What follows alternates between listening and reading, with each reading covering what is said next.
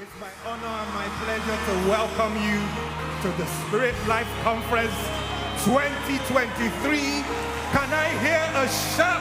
Let him know you are glad to be in this transformational moment that's certainly going to change your life over the next 4 days. The atmosphere in here reminds me of rebar.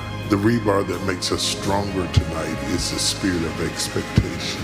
Please receive Dr. Mensa Otaru. Somebody say, I'm unshaken. I came here with a profound sense of prophecy and destiny. But God's salvation, although it's personal, is also national. Our salvation is valueless until the land is redeemed. The easiest thing to do is to say it is bad. There is no hope. There is no hope. The easiest thing is to give up. But God did not call us to do the easy thing. And Daniel remembered when I was 15 years old in Jerusalem, there was a guy called Jeremiah. And he used to say, the land will be bought again. The people will return to the land. And I remember Jeremiah said, it's going to take 70 years. And by my calculation, we are close to 70 years.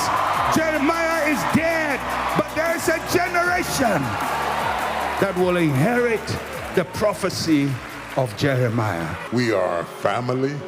She is my daughter, Pastor Sarah Jakes Roberts. The environment can't shift until we have a collective sound. Africa, I want you to know that what's going to happen in this nation is not just going to be a job for a man, and it's not just going to be a job for a woman. It's going to take both of us taking our position and moving with power and authority in a very Joel type of way. What did you do in your heart that made you see your enemy as your ministry?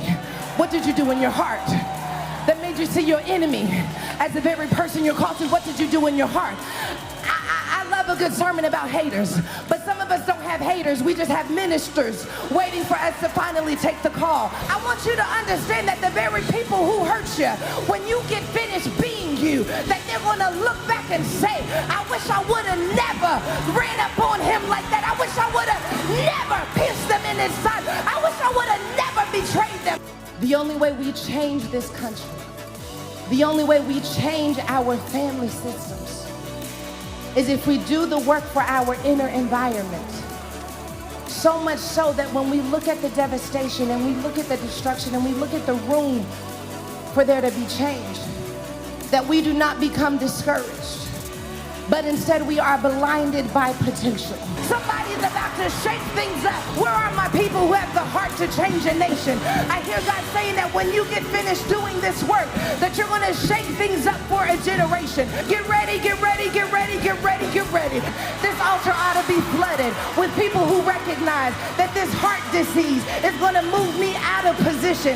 But because I am so committed to seeing what glory is connected on the other side of my name, I will humble myself. I will posture myself for God to breathe on me again. There is a worship that is released in the atmosphere.